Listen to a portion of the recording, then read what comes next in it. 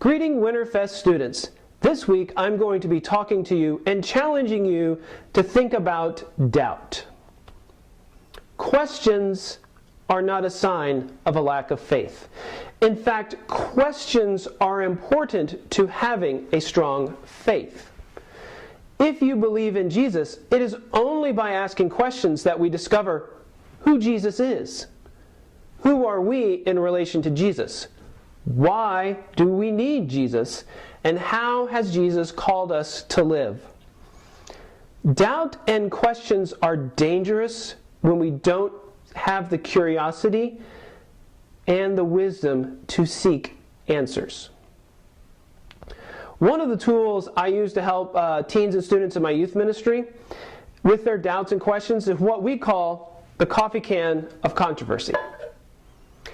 Every few years or so, I ask my teens and students to write down questions they have, whatever pieces of paper we have available, and put them in this can, and we get all kinds of great questions. For instance, why does God love us? How do you know if you are ready to be baptized? How does being a good Christian relate to being good to the environment? Is science in and of itself atheistic? I'm having trouble loving myself at moments. What does the Bible say about that? Or why is my life so boring and horrible? Is it wrong to listen to secular music? Can I be friends with someone who is gay? How do I tell my friends about Jesus? We take questions like that out of the can and we do our best using the Bible and the Lord's wisdom to answer these questions. And in doing so, we venture all over the Old and New Testament and we peek into all kinds of corners of the Bible. In answering these kinds of questions, we are building a stronger faith. In answering these questions, we are fueling the curiosity needed to overcome doubt. And you can do this too on your own. You can make a list of questions that you need answered to build a stronger faith. Then you can go venturing throughout the Bible finding the answer to these questions. You should also consult someone that you trust that has the wisdom to help you find these answers. Now, towards the end of the New Testament, there is a book or a letter we call James. A quick backstory on James to see how it fits into our conversation today. More than likely, James is one of Jesus' actual brothers, one of his actual siblings. And a brother or a sibling who doubted that his oldest brother was the Son of God. He had doubted that his oldest brother was the Messiah. Now, we don't have all of James's story, but we do know that at some point, James became a believer in Jesus as the Messiah, as the Son of God. And some point after that, he writes what we call James, this letter that we're about to read from this morning. And starting in James chapter 1, James writes, "If any of you lacks wisdom, you should ask God, who gives generously to all without finding fault, and it will be given to you. But when you ask, you must believe and not doubt. Because the one who doubts is like a wave of the sea blown and tossed by the wind. That person should not expect to receive anything from the Lord. Such a person is double-minded and unstable in all they do." Where or how are you seeking the answers to the questions you have? Are you looking to God's wisdom? Or are you just giving up and giving into your doubt and your questions? James later writes about the choices of wisdom that we have and what those wisdoms look like. Starting in James chapter 3, verse 13, he writes, "Who is wise and understanding among you? Let them show it by their good deeds. By deeds done in humility that comes from wisdom. But if you harbor bitter envy and selfish ambition in your hearts, do not boast about it or deny the truth.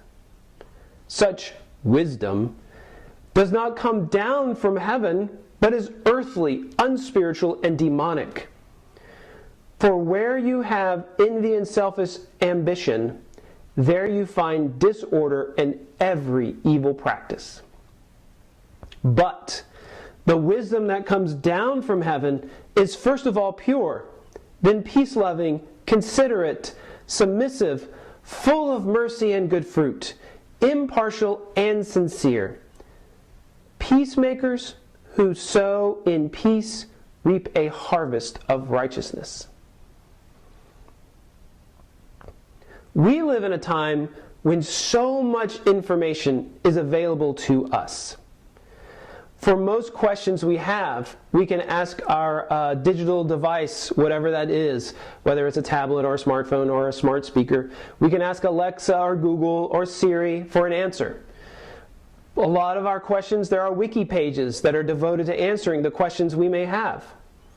The problem we run into is that so many of those sources are going to give us the wrong answer. The problem we run into is that listening to the wrong sources fuel our doubt, and we become like the waves that James wrote about, that are tossed back and forth. When we listen to the loudest voices tweeting or Instagramming or TikToking at us, we end up listening to the wisdom of the world. That wisdom doesn't come down from heaven. That wisdom comes up from the earth, and as James says, is unspiritual and demonic. And because of that, we don't have a firm anchor of wisdom. We become double-minded hypocrites, saying and doing one thing at one time, and then saying and doing the opposite at another time, because we are listening to different voices. We don't have the anchor. But there is a better way. When we pray to the Lord for wisdom, we are given the wisdom James describes, the wisdom that comes down from heaven. We find an anchor that holds us firm and answers our doubts and our questions. As James tells us, the Lord does not find fault when we ask for His wisdom. The Lord understands we need this wisdom. We need our questions answered. We need our doubts answered. And the world's answer, the world's wisdom, the wisdom that comes up from the earth, or the wisdom that is unspiritual and demonic, will always fail us. But the Lord's wisdom never will. In fact, the Lord is generous with His wisdom, giving us more than we even ask for. And by accepting the Lord's wisdom, our curiosity is awakened. We are faithfully able to answer the questions and doubts we have. The coffee can of controversy is all about answering questions. It's all about curiosity. It's all about exploring the Lord's Word and faithfully answering the questions and doubts we have using the Lord's wisdom.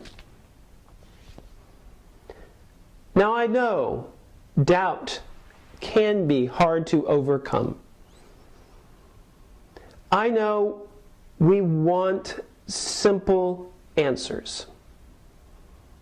I know the wisdom of our culture, the wisdom around us, is so inviting because it is everywhere. But I know the curiously faithful life of a believer in Jesus is better than anything the world has to offer us. Before I go, I'm leaving you with 2 things to think about and take action on this week. First, what questions do you need answered? Make a list of those. We want you to have a stronger faith. Second, where or how are you seeking those answers? Are you asking the Lord for wisdom and turning to His Word to find those answers? Or are you relying on the wisdom around us to answer those questions? Always be seeking the truth, even when you have doubts. Trust God. He is faithful. And may God bless you this week.